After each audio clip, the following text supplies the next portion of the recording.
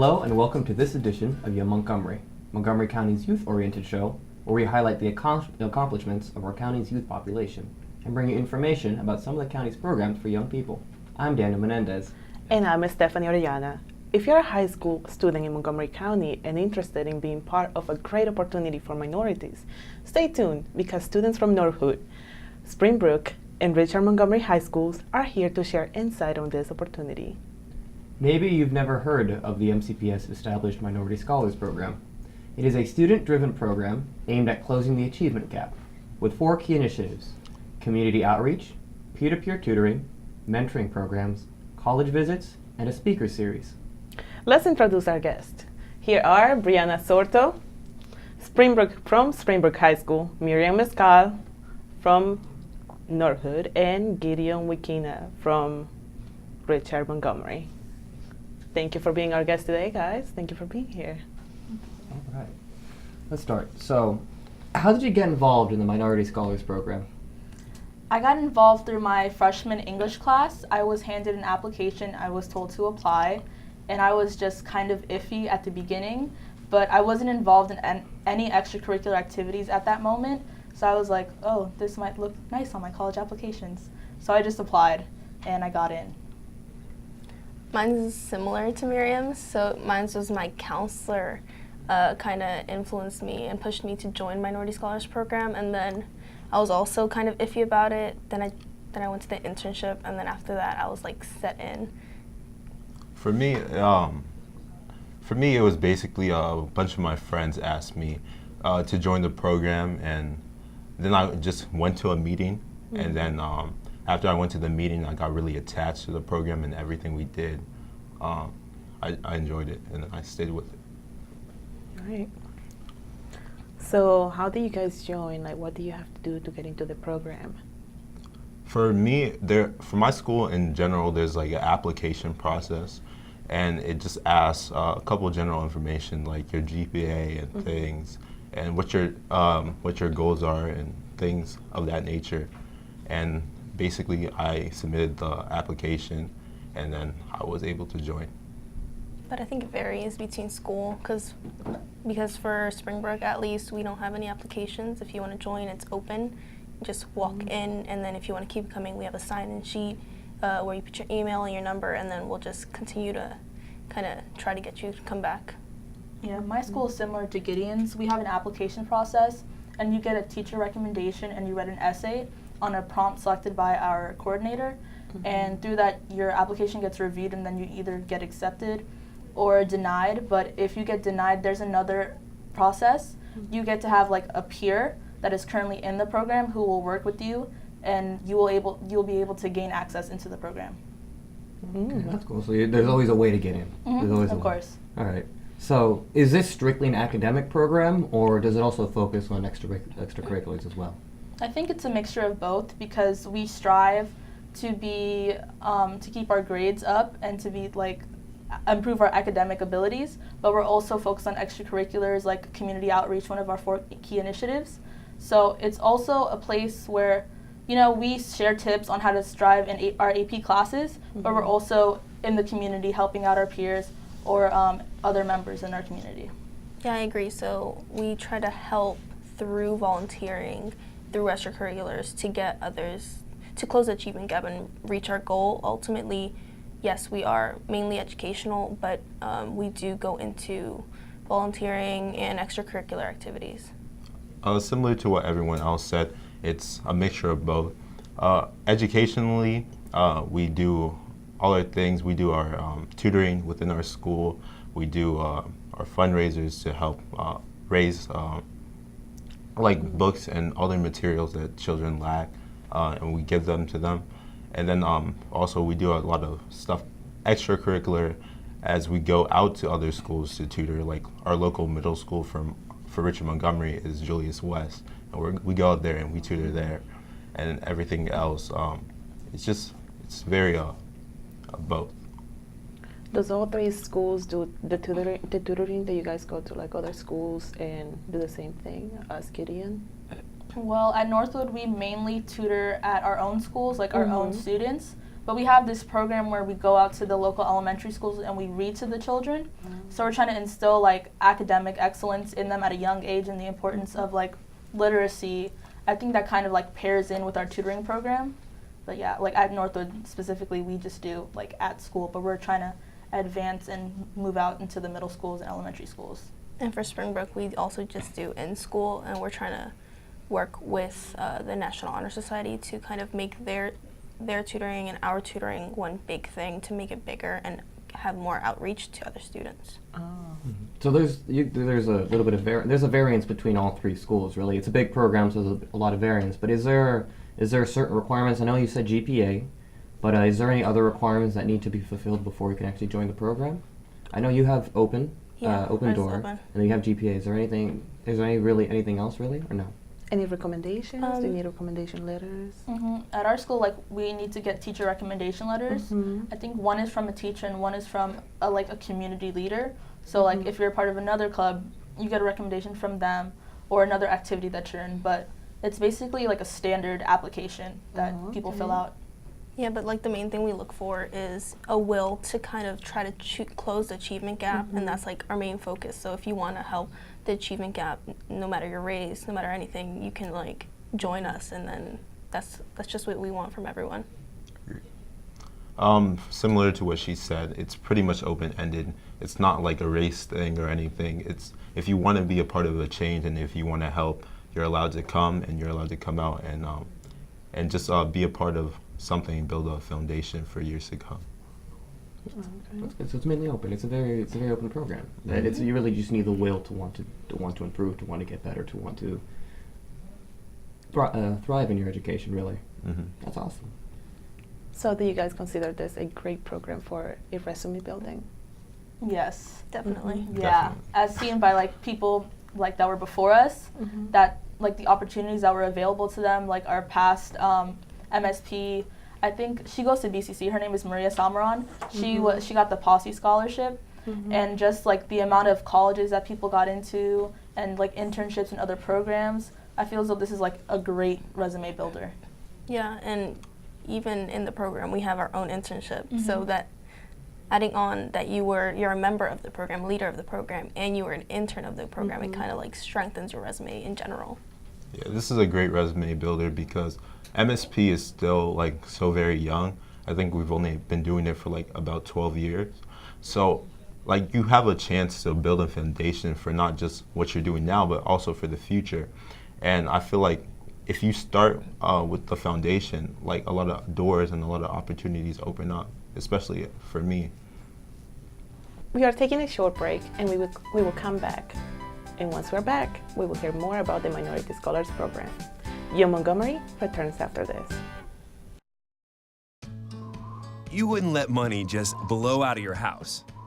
So when your AC or heater is on, make sure the doors, windows, and fireplace flue are shut tight. If you're headed out, turn down the AC or lower the heat by 10 degrees. And always keep your water heater set at 120. A little bit of common sense goes a long way. Get more great tips at energysaver.gov. Swimming can be a great way to stay cool and beat the summer heat. Hi, I'm Gabe Albernaz, Director of the Montgomery County Recreation Department, and I'd like to ask you to be our partner in making this a safe summer. Drowning is a leading cause of accidental deaths in children, but drowning can be avoided. By following a few important rules, we can ensure that our children are safe at the pools. Regardless of swimming ability, children should never be unsupervised. Even with lifeguards, there is no substitution for adult supervision. Minimize distractions such as cell phones. Drowning can happen in minutes. If you have to leave the pool for any reason, you need to take your children with you. Inflatable swimming aids such as floaties and noodles are not life safety devices. Do not substitute these for supervision either. By working together, we can make sure we are all safe at the pool this summer.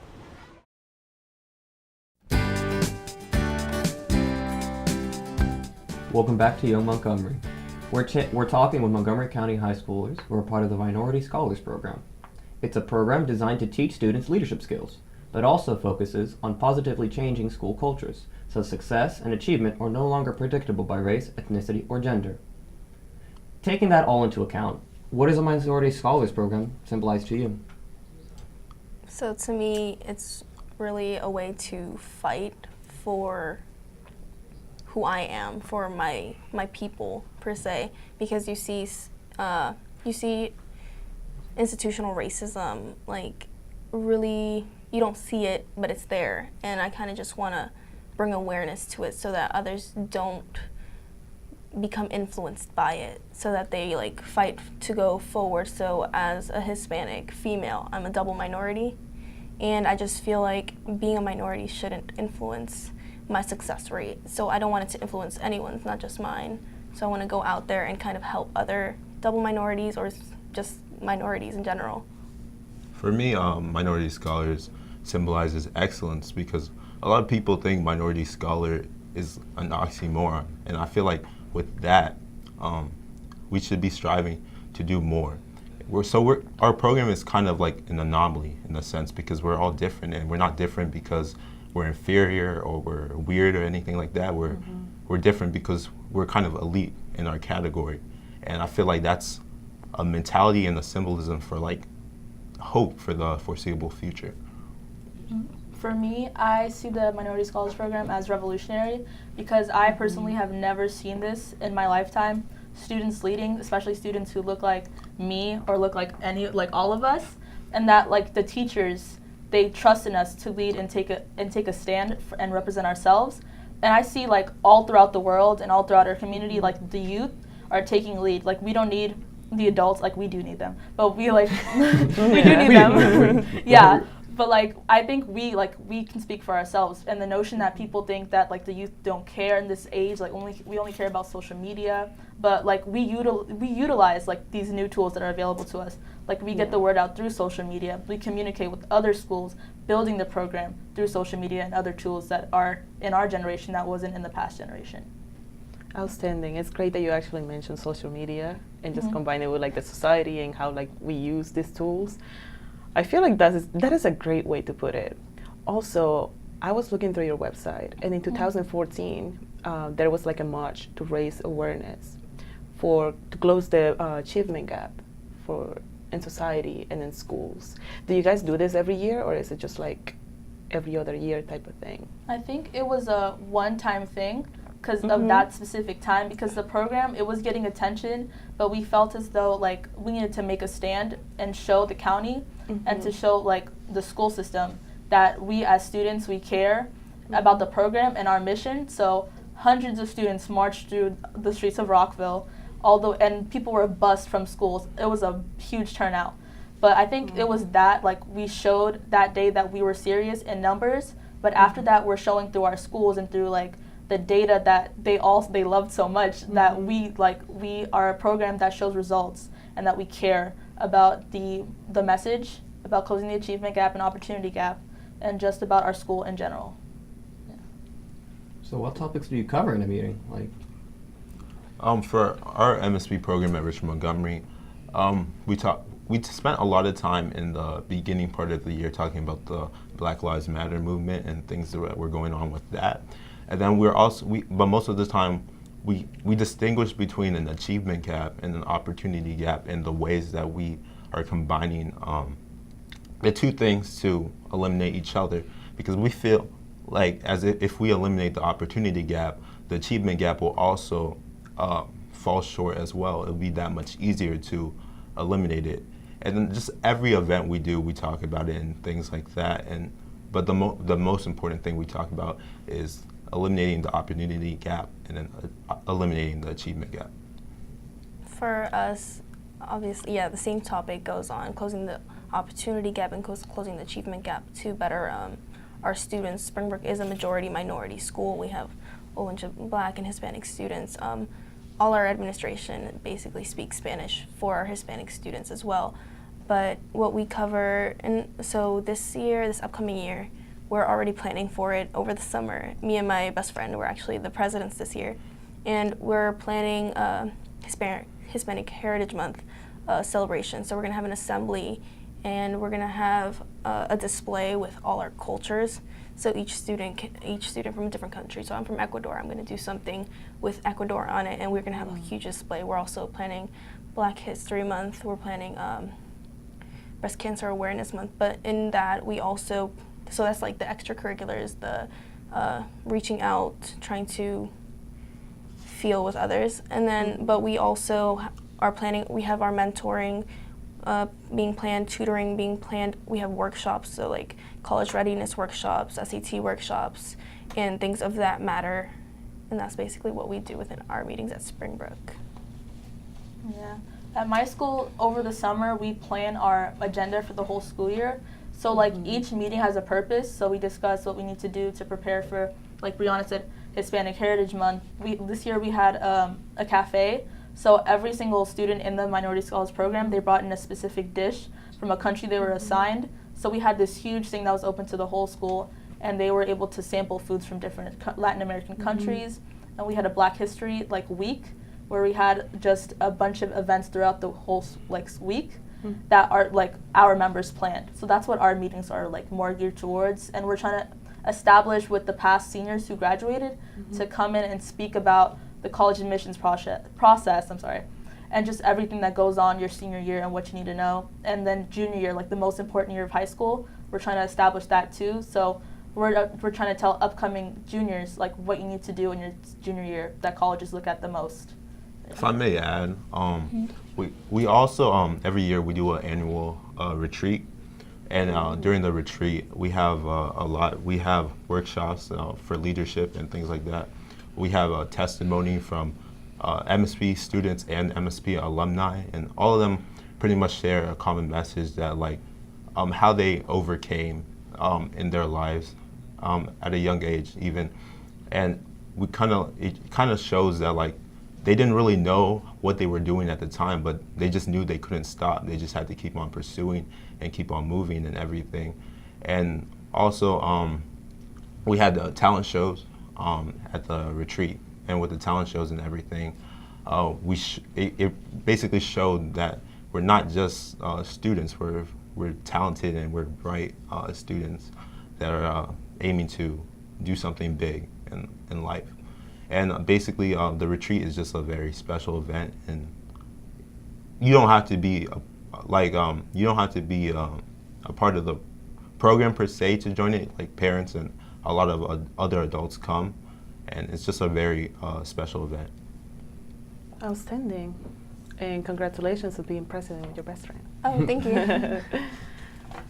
There is much more to be learned about this program, so stay tuned. We'll be right back with more about the Minorities Program. Young Montgomery returns. In Montgomery County, we have a goal to reduce waste and recycle 70% of all waste by 2020. By recycling and reducing waste, we save natural resources and make our community even better. So recycle at home, work, school, everywhere, and keep recycling going. For more information, call the Montgomery County, Maryland Division of Solid Waste Services at 311 or visit montgomerycountymd.gov/recycling. Keep it going. Recycle more now.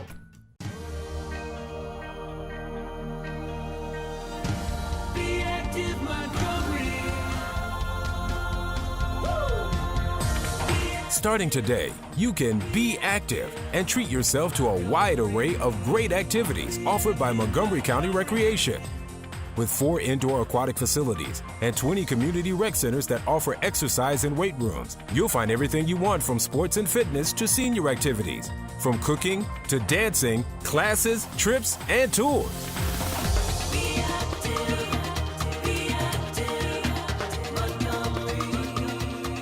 Yes, starting today, you can work toward a healthier lifestyle. Learn a new skill, relax a little, or just meet new people. Visit our website to see all the exciting programs, activities, and classes available to you. And Be active, Montgomery.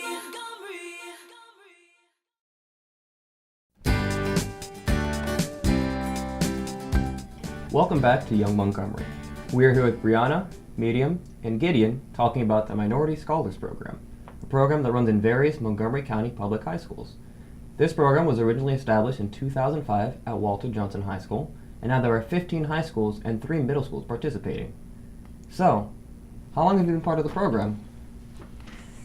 For me, I just joined this year, but the good thing about the program is that even though I'm kind of new to the program, it had a lot of opportunities for me to get involved, and much like you, I'm also president of my Minority Scholars Program, and everything is very smooth and easy to create change. I've been in the Minority Scholars Program coming up 3 years now, and I feel as though the program is like a great way to cultivate leadership, because before, like, you would not catch me anywhere speaking on a stage or like presenting to anything. But like through the program, in my first year I was appointed secretary, and my second year I got vice president, and then this year I'm going to be president. Yeah, we're all presidents in here. But yeah, I think the program really, like, it's a place to cultivate leadership, because I didn't know, and like I really didn't see leadership as in myself, because I was like more reserved, quiet.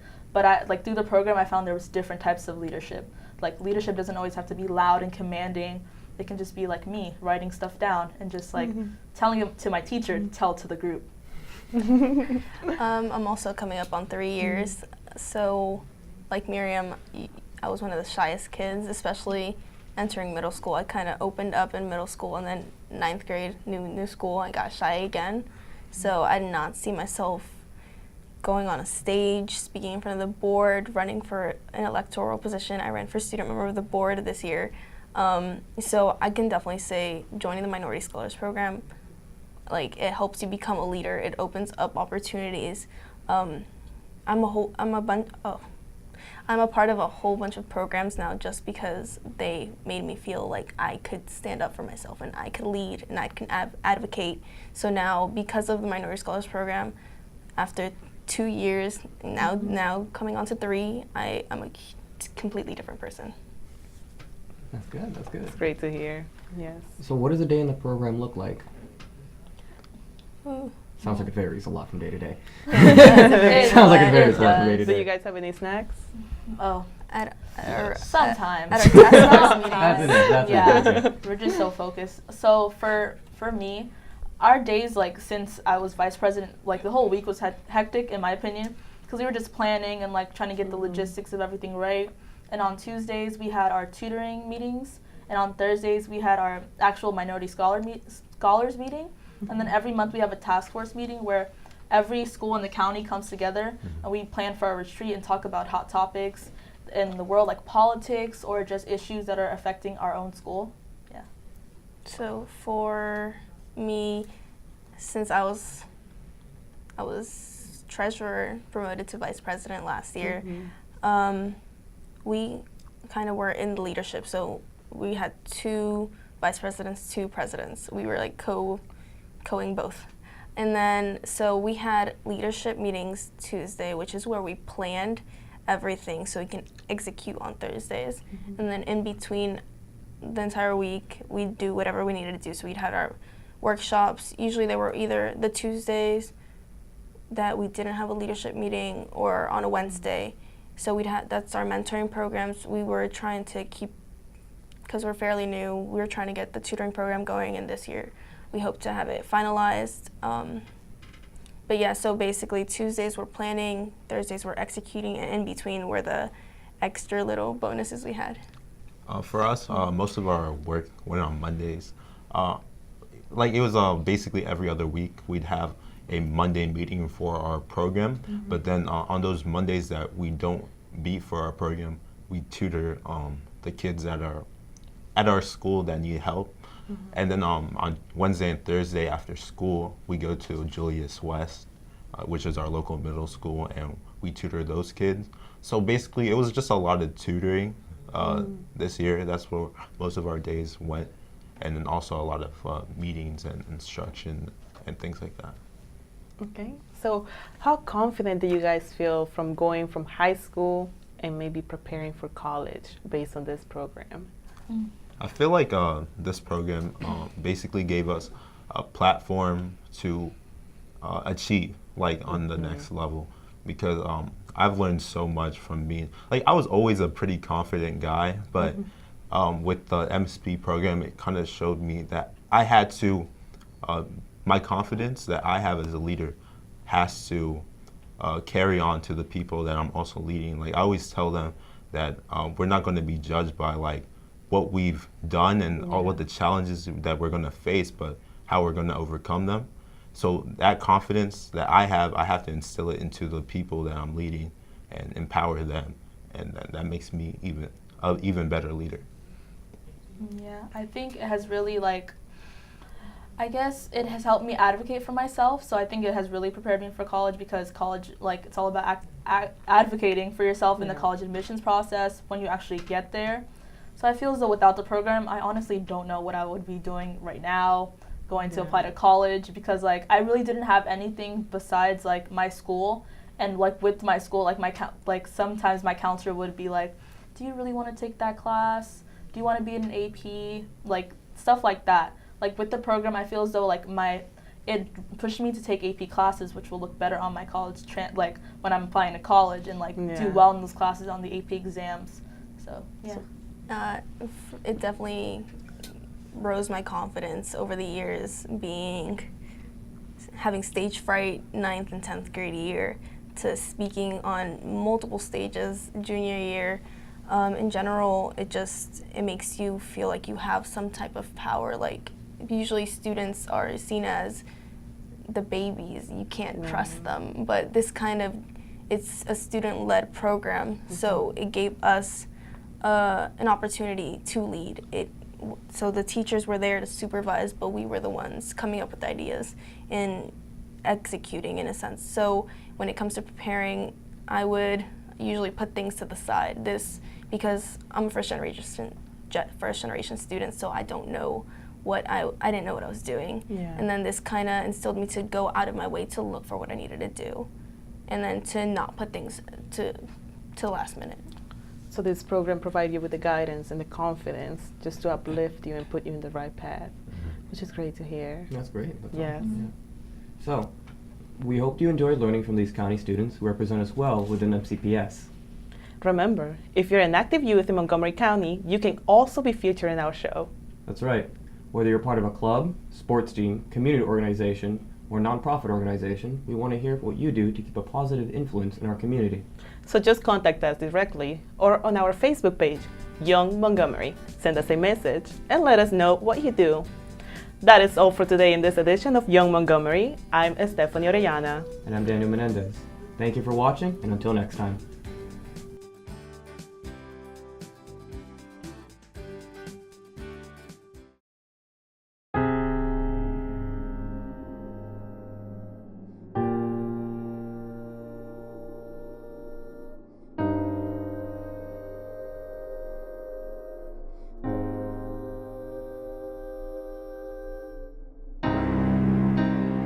There's a reason why area law enforcement are out enforcing pedestrian and traffic safety laws and preventing killer pedestrian crashes. Be alert. Be street smart. Montgomery County wants to thank everyone for their commitment to recycling. We're recycling 57% of our waste, and we know you'll work with us to reduce waste and recycle even more, 70% by 2020. To protect the environment and save valuable natural resources for the future, we need to recycle all of our paper, cans, bottles, containers, scrap metal, and more. Because if you don't get serious about recycling at work now, it's going to come back and bite us. Did you know there are more than 10,000 county government phone numbers? But there's only one number you need to remember for non-emergency calls, 311. MC311 is Montgomery County government's online telephone information system. Need information? Have a problem or complaint? Trying to locate a county government facility? Call 311. The call center is open Monday through Friday, 7 a.m. to 7 p.m. The website is available 24 hours a day, 7 days a week. So, I'm kind of new here, but I've noticed a trend. My human does this funny thing where she goes around and gets all my toys, and then she hides them in that basket by the door. But it's always the same basket, and it's always in the same place. And then she acts so surprised when I find them, but, she's putting them in the same basket. Again. It's like, hello, that's where you put it last time. You were the worst at hide and go seek.